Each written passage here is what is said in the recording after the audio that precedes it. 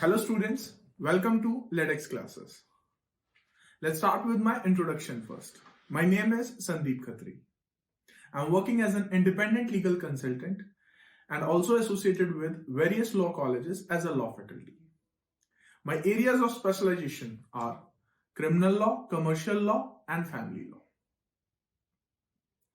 I'm going to take online classes on cyber law. So this is lecture 1. Let's start this. I'm super excited for this and I hope you are as well. So let's start this. I want to start this lecture with a question. That is, which is the most promising area of law today in 2021? Or if I need to reframe this question, that is like, which is the fastest growing sector of law right now in 2021? Yes, anything which you can think of. Come on.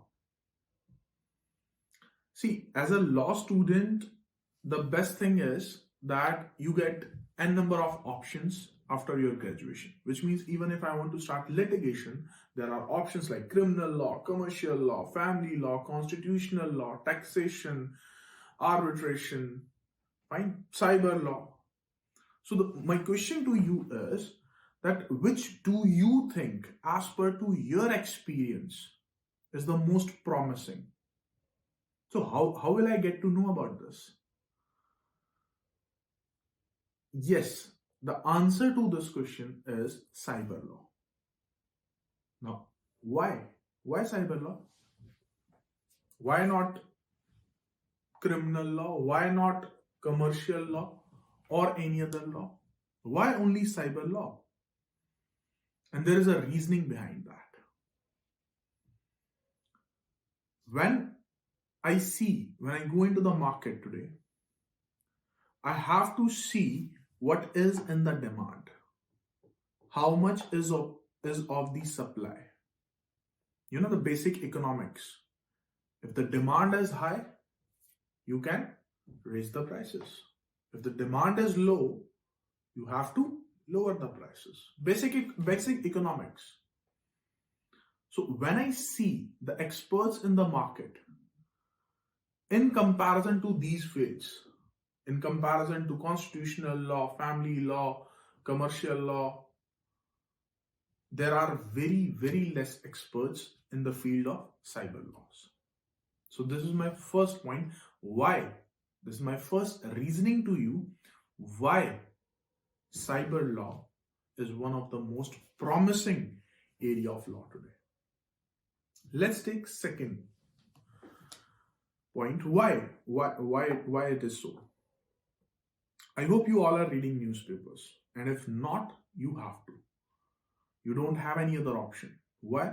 Because as a law student, if I'm not reading newspapers, how will I connect the law which I'm reading to the society? So you have to read the newspapers. There is one news going on from the Zomato case from Bengaluru. There is one lady, Hitesha, and there is one person, Kamraj. Now, if you are one of those who has no idea about this case, it means you are not aware what is happening in our society. Fine? And all the examples will be from the recent newspapers. Fine? So start reading your newspapers. Now, if you know this case, there is one lady, Hitesha. Now, how do we get to know about her? Because of her Instagram post. She made a video, and in that video, she has made some allegations over Kamraj, who is a delivery boy from Zomato. And as per to her perspective, the story is that he hit her and ran away, and there was delay in delivery as well. So this is her story, Hitesha. She's a makeup artist and influencer as per to her Instagram account. On the another side, then Kamraj also came up with one video. Now, how do we get to know about his story? He says that the lady was using abusive language. She slapped him. then falsely accuse him of assault, and uh, there are sections involved 355, 504, and 506 of Indian Penal Code. See, now in this whole Zomato case, why I'm discussing this, the reason is that how Hitesha and Kamraj met. My first question. How do they know, not know each other, not know in the sense, but how do they come into each other's contact? Because of the use of the Zomato app. First point, my first point. Second point, how we get to know the story of Hitesha. How? Through her Instagram video. Again, Instagram. Zomato app, second one is Instagram. Now, how do we get to know about the video of Kamraj? YouTube video. No. And how generally I read newspapers these days? I usually use Times of India, either app or NDTV app. So, in all these 4 points, or the current status, how I get to know about Times of India app. There's a news app. In all these 4 points, there is one thing that is common, and that is internet. www, World Wide Web. Which means this whole case comes to our knowledge because of the internet. They comes into the contact because of the internet. And yes, in this whole case, IT laws are also involved. Because there is cyber defamation as per to Kamraj from Hitesha's side. Because she's the one who defamed the whole Zomato as well and Kamraj as well. So the point is, this is just, I'm taking one of the most recent issue I have taken. And in my introduction class. Now, in our 24 hours, you tell me as an individual and as a society, how much of our time we are spending online, either on the laptop, mobile phone, or the iPads. Most of our time, whether we are traveling, whether we are doing any work in the office, or whether we are in college, we are using internet.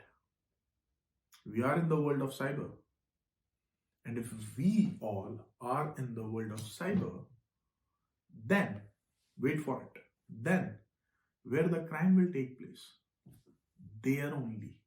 And if the crime will take place there only, there will be laws as well. That is cyber laws.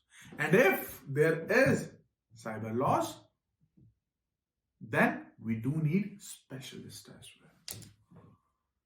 And you tell me, when it comes to 2021, if I compare, if I look at the records, if I look at the data, in 2010, whatever the number is of the internet users, with 2021, this will be increase or this will decrease? Obviously increase. Everyone, a student who is studying in the first class or second class, they are using internet. To the person who is at the age of 90, he is also using the internet. So almost we all are on the internet.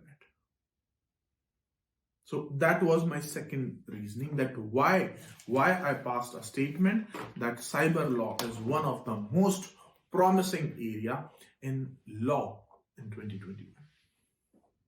So first I told you the economics. Second one, I gave you the reason from the Zomato case. Now, and trust me, this is also interesting as well.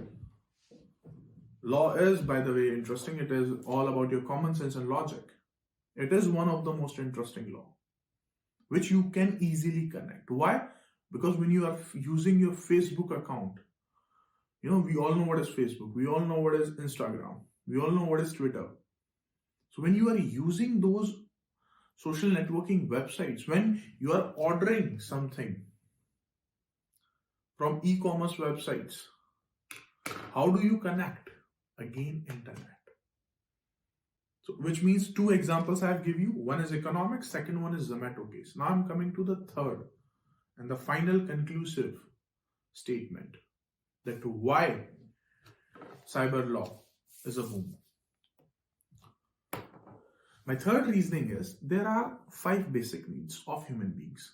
First one is food, shelter, clothes, education, and health. These are our 5 basic needs. As simple as that. Now, I'm sitting at my home. I want to order some food. There are apps available. Zomato, Swiggy, Uber Eats, and XYZ. Fine.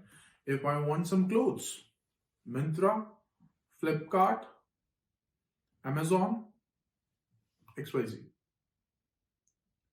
If I want to buy some property on rent or I want the ownership as well, again, there are websites available. When I say health, I can order medicines online. I can consult to a doctor online. Fifth, education. Do I need to give you any example of that? What we are doing right now. Which means the 5 basic needs, to fulfill those, we can easily do that with the help of your laptop or your mobile phone through apps with the help of internet. And if we are there, then there are going to be some disputes, there are going to be some offenses which will take place, which will constitute to cyber crimes. So we need cyber law, so we need cyber specialists. And that is why I again say that the industry which is the growing fastest is cyber law. So I have given you 3 reasons to that. Before starting any subject, first you need to understand that why should I go through with these classes? How these classes will help me. So I'm giving you some good reasons that why you should be interested in cyber law. Fine. So in this whole class, I'll be